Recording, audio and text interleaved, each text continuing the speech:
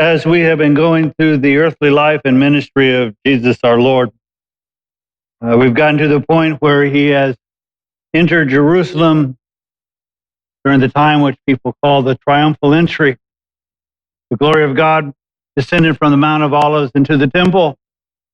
And then what Jesus does during the week is he ministers, teaches, and does various things in Jerusalem, and then retires to Bethany. So after this time that he entered the temple, looked around, and because it was late, he went back to Bethany to rest. And so now this is the next day. So traditionally, this is Monday, or maybe a different reckoning, Sunday. But in Mark chapter 11, starting with verse 12, we pick up this last week, the week of the crucifixion. It says, on the next day when they had left Bethany, he became hungry. Seeing at a distance a fig tree in leaf, he went to see if perhaps he would find anything on it. And when he came to it, he found nothing but leaves, for it was not the season for figs. And he said to it, may no one ever eat fruit from you again. And his disciples were listening. So when we read this without any other context, Jesus almost seems petulant.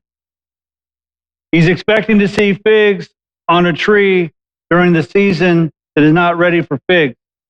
Now, I think that there's a couple of possibilities, and I'll give you what I think is a couple of possibilities.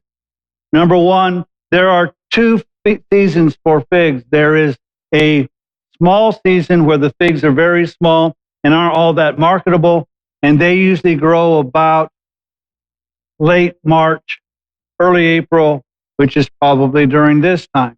And then there is a season for marketable figs, and that's in August. And so that could be one explanation. But a fig tree provides leaves, which gives cover, which tends to say that the tree is mature and is providing fruit.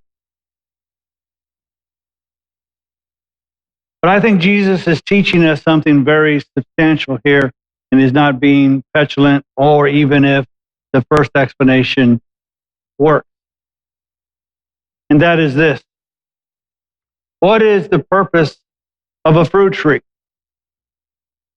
Provide fruit. A fig tree provides figs. Each tree provides peaches.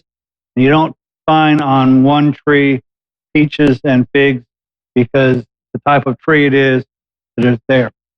However, fig trees have an interesting history.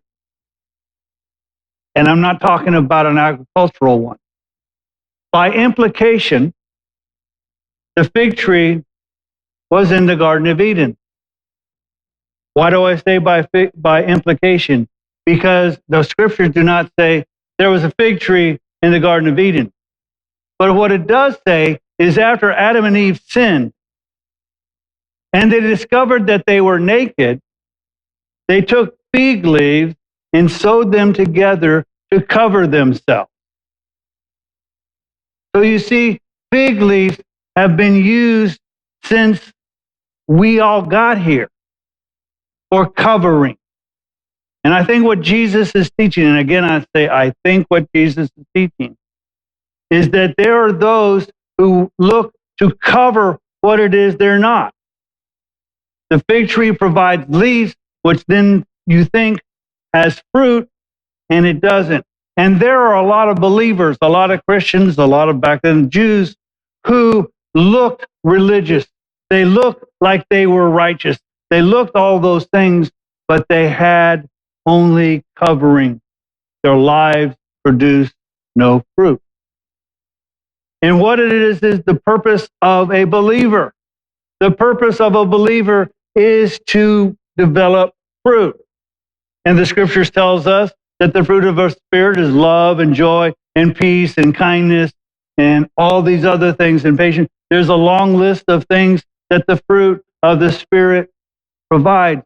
But yet, all too often, we are satisfied with the look of righteousness, with the look of being God's people, without the fruit demonstrating that we are God's people. And in this time, especially, how the world needs the fruit that believers produce. Love, joy, kindness. Just to mention a few. If the world experienced those things from we believers, maybe there wouldn't be so much anger and anxiety and hatred. But we are oftentimes content because we have leaves. We're covered. We've covered our nakedness. And so no one sees. And so I think Jesus is teaching the purpose of a fruit tree is to provide fruit. And we as Christians cannot say, well, it's not the season to provide fruit. For we as Christians, every day is the season to provide fruit.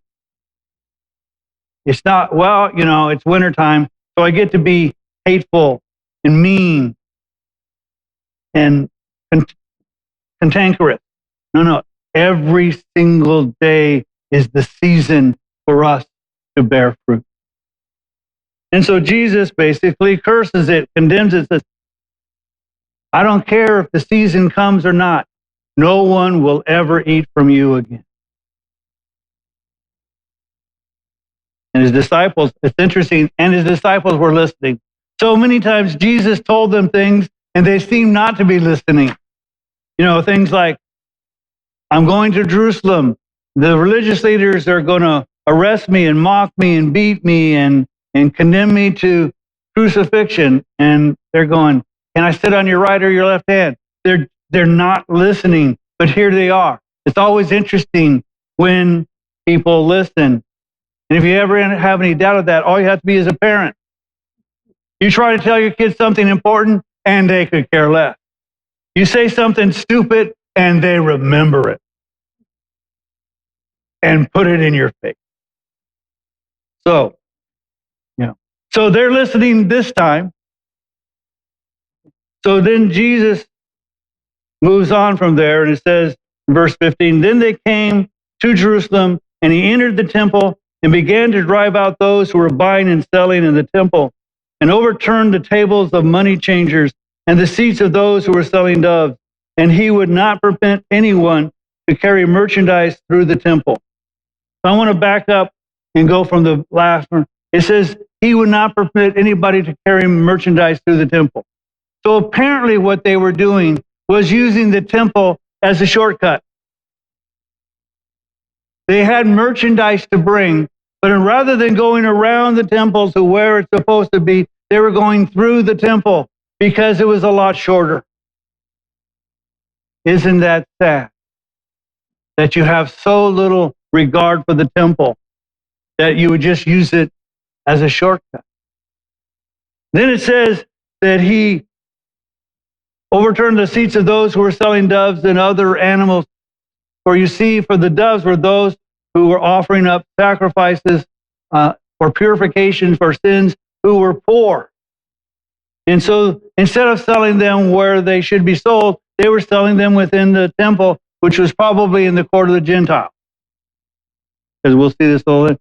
And they were probably, because we're getting closer and closer to Passover, they're probably also selling lamb, sheep, because people were going from all over to Jerusalem. And even if you were a shepherd, unless you were very close by, you probably didn't bring your sheep with you. For a couple of reasons. They would slow you down, and you're supposed to offer a sheep that is unblemished. So if it stumbles and gets a bruise, you can't use it. And so you would go from, let's say, Corinth as a Jew. You would then travel to Jerusalem for Passover. You would then purchase a lamb to be sacrificed for you to use at the Passover meal. So they were selling animals there. And you don't have to be a rancher or a farmer to know. If you've ever been to a parade, you know what animals leave on the way. So can you imagine, here's the temple of God, full of excrement. That's the nice word. Can you imagine? This is the state of the temple. And then it also, and going back up, because they were buying and selling, and they had the money changers. And why the money changers? For you see, there was what's called a temple tax. In order to pay the temple tax, you couldn't use money, civilian money. You could not use Roman money. So even though you came from Corinth and you were maybe a citizen there and you had all the Caesar coins and whatever, and you had enough, when you went to pay the tax, you couldn't pay it in Roman coins. You had to buy shekels or some other type of temple. And so what they would do is they would do an exchange rate, but then they would add a carrying fee. And they were making money taxing people. And Jesus is angered at this because they have, in essence, made the temple a merchandise zone that is not only just a merchandise zone, but one that is unethical. These are the people of God. These are the religious leaders. These are the people. No wonder Jesus is saying, you have all the trappings of righteousness, but you just are covering up your nakedness. And he began to teach and say to them, is it not written, my Father's house, or I'm sorry, not my Father's house, my house, which is even more significant. My house shall be called a house of prayer for all the nations. So notice, number one, Jesus is saying, I'm God. So for those of you, and this is Mark, this is not John. So for those of you who heard people say, well, Jesus never said he was God. He just said, it's my house. My house is God's house. If my house is God's house, then I'm God. My house shall be called a house of prayer, not a house of merchandise, not a house of a way to be unethically treating those who are seeking to come to God. It is a place to communicate with God. Notice Jesus didn't even say it was a place to offer sacrifices to God. It was a place to communicate with him. And not only was it built just for the Jew, notice it said it was my house, the house of prayer, for all the nations. And that's why there was a courtyard for the Gentiles, because we weren't allowed to go inside. Matter of fact, only the high priest once a year could go into the Holy of Holies, and only the priest could go in the holy place to minister. But the rest of us, not so much. But even so, there was still a place for the Gentile to pray. Even today, the Jews go to what's called the Wailing Wall, what's called the Western Wall, and to go there and pray because they think it's more significant to be where God's house was. But it's not just for the Jew, it is for all nations. But you have made it a robber's den. You see, we as Christians are to bear fruit. That's our purpose. The purpose of a fruit tree is to bear fruit. The purpose of God's temple is to be a place for people to communicate with God. Which I want to we are also called God's temple. Paul tells us that in a couple of different places, that we are the temple of God and we need to treat it as such. That maybe we shouldn't make merchandise of ourselves. Maybe we shouldn't act unethically. Maybe we should be those who, when people say, God just seems far off, and say, unless you and I pray together. For I am also the house of prayer for all.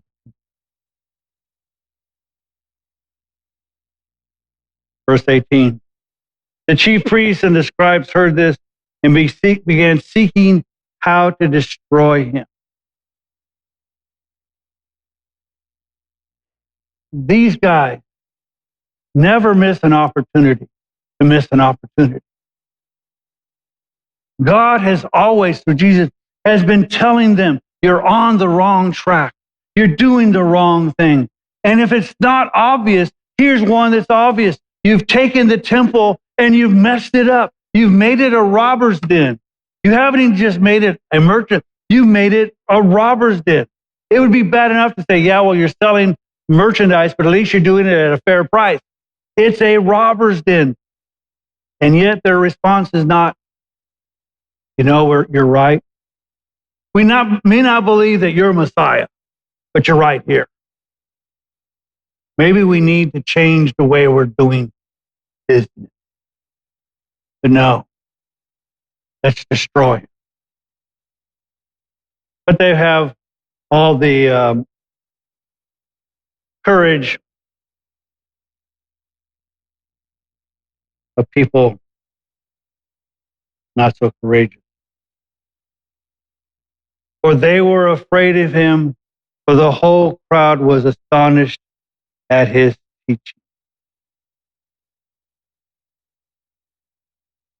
It's not whether Jesus is right or wrong, but right now the crowd's on his side.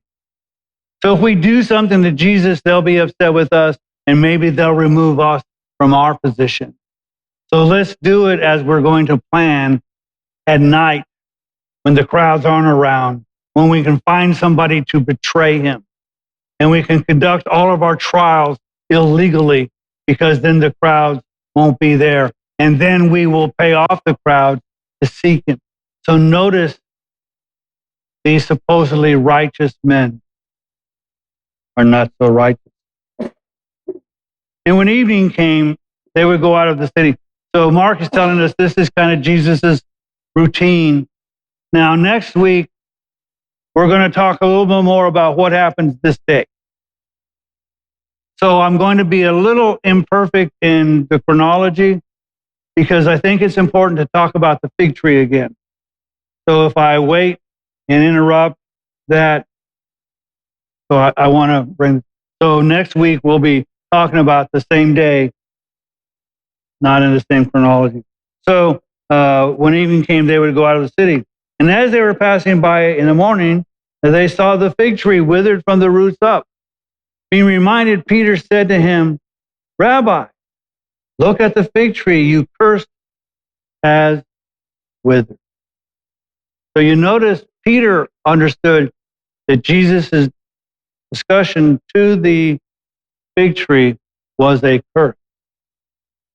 And he's kind of amazed because this tree withered within 24 hours.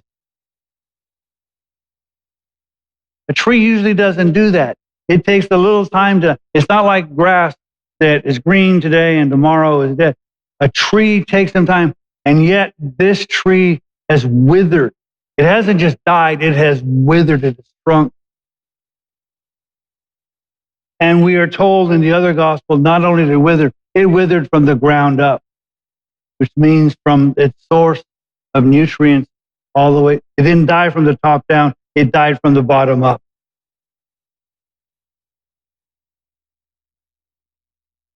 And Jesus answers, saying to them, have faith in God. Now, this is important, and I want to notice what he says, have faith in God. Now, truly I say to you, whoever says to this mountain, be taken up and cast into the sea, and does not doubt in his heart, but believes that what he says is going to happen, it will be granted him. Therefore, I say to you, all things for which you pray and ask, believe that you have received them, and they will be granted you. Whenever you stand praying, forgive, and if you have anything against anyone, so that your Father who is in heaven will also forgive your transgressions. Now, we've heard that, and forgiveness is dependent on forgiveness. But you're going to hear a whole lot of people, and you probably have heard a whole lot of people say, if you just have enough faith, fill in the blank. If you just have enough faith, you'll be healed from whatever disease. If you just have enough faith, you'll be rich. If you just have enough faith, all of these things will happen. Notice Jesus didn't say if you just have enough faith in the circumstance. He says if you have faith in God. So I want to give you my little parable. It's not a perfect one, but I think it will demonstrate the point. There was a little girl who had a brother, and she lived with her single mom who was struggling with 2 jobs and had a modest apartment. They were barely getting by, making ends meet. And one day, the little girl had a friend over. And while the mom was sitting watching Oprah or whatever she was watching, the little girl says to her friend, "My mommy is going to buy me a pony, and she's going to get an ATV from my brother. It's going to be awesome." And the mom goes, "I never told you I was going to get you a pony. I never told your brother I was going to get him an ATV. Even if I could afford it, we don't have any place to put them." And the little girl's response is, "Yeah, but I heard that if I just thought about it hard enough, it would happen. I just thought about it hard enough, it'll happen." And that's kind of what you'll hear a lot of, and that's probably why we are not busting out of the scene. Because it's a whole lot better to hear, "Man, I could just be rich if I'm just have enough. If I just believe hard enough, this cancer will go away." First step. James tells us, yes, we don't have things because we do not have,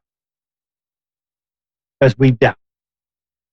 And when we doubt, James tells us, don't expect to receive anything because you're an unstable person, torn about to and fro. But he also says, you ask and do not have because you ask for wrong motive. And then there is what Jesus, I find kind of interesting. When the disciples asked Jesus, teach us to pray, Jesus starts off with, "Our Father, our Daddy, who is in heaven, hallowed be your name. Your kingdom come, your will be done on earth as it is in heaven." And then notice he says, "And give us this day our daily bread." He doesn't say, "And may I win the lottery. And may I be richer than anybody around. And may this difficulty that I'm experiencing be removed. Because I've asked for it and I have faith because whatever." And my comment is, have faith in what? You have faith in that you're getting something,